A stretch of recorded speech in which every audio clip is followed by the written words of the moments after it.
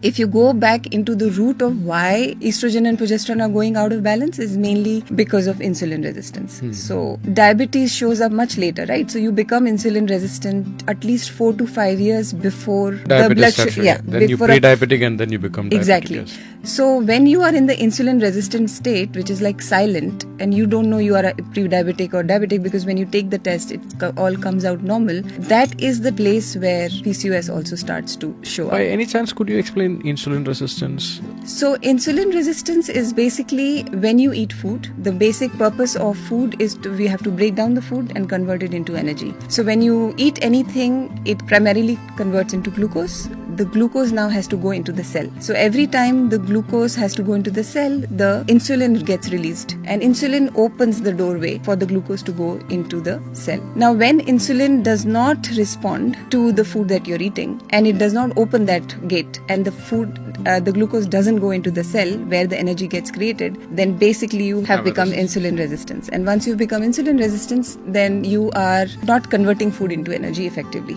So you feel all the time fatigued out, you feel like you don't have any energy, and when the insulin starts to go up in your bloodstream, that's when it pushes up testosterone, and when the testosterone levels go up, that's when the PCOS starts to flare up in your body.